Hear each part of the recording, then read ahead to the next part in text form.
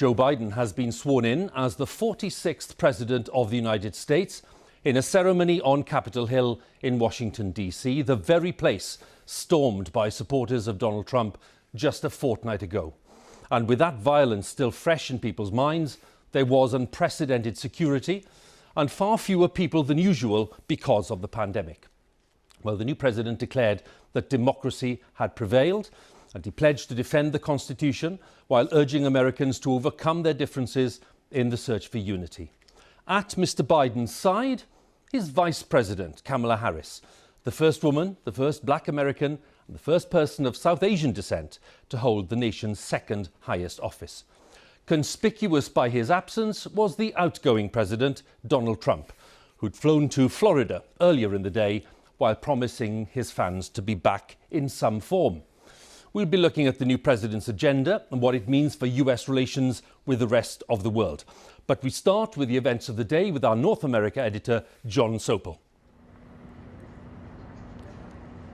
Hugh, Donald Trump left the White House for the last time this morning. After that, an army of cleaners went in to spruce the place up. And then about an hour ago, Joe Biden arrived with his own broom to sweep away a lot of the Trump-era policies. The change is going to be profound. So far, so normal. Ladies and gentlemen, the President-elect of the United States. This is what America does every 4 years. But everything about today was exceptional given the last 2 weeks, given the pandemic, given the security situation, given the presidency that was ending. At first glance, the west front of the Capitol looks much as it always does on Inauguration Day. But look the other way towards the Washington Monument, and the normal forest of people has been replaced by a garden of flags. A socially distanced inauguration for a nation tearing itself apart. And repeat after me. The oath of office taken by the man who's now tasked with healing the nation's wounds. I, Joseph Robinette Biden Jr., do solemnly swear that I will faithfully execute the office of President of the United States. Office of President of the United States. The platform where he stood 2 weeks ago was the staging post for the assault on Congress. Then the mob ruled. Today, democracy had come through, but it was a close-run thing. We've learned again that democracy is precious. Democracy is fragile. And at this hour, my friends, democracy has prevailed.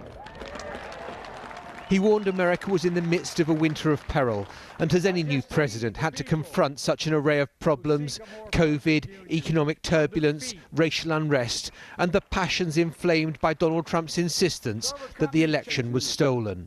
Today, on this January day, my whole soul is in this, bringing America together, uniting our people, uniting our nation. And I ask every American to join me in this cause. Joe Biden never mentioned Donald Trump by name, but it was a firm repudiation of all that he stood for, though he was careful to reach out to the former president's supporters. We must end this uncivil war that pits red against blue, rural versus urban, conservative versus liberal. We can do this if we open our souls instead of hardening our hearts. At 78 years old, Joe Biden becomes the oldest man to become president. But the real history is being made by his deputy Kamala Harris, the first woman vice president, the first of black and Indian heritage, an example of the American dream. So help me God. So help me God.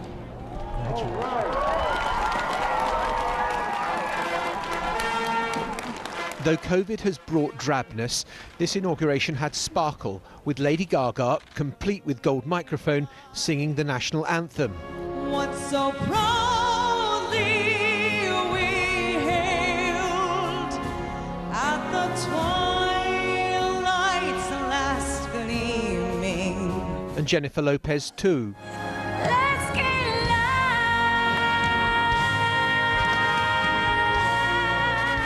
The political good and great were out in force. 3 former presidents were in attendance, Republican and Democrat. And former Vice President Mike Pence was there as well, choosing the inauguration over a rival attraction a few miles away. And that's because Donald Trump had decided to break with 150 years of tradition and snub Joe Biden. Normally, the outgoing president meets the successor at the front door and rides with him to the Capitol. But Mr. Trump was slipping out the back, still incapable of accepting that he lost the election. Though the former reality TV host turned film director to try to orchestrate his own departure. He awarded himself a military send-off, complete with 21-gun salute, and his parting shot will have delighted his supporters and horrified his detractors. A goodbye. We love you. We will be back in some form. And the music was spot on as he flew off on Air Force One for the last time. It was my way.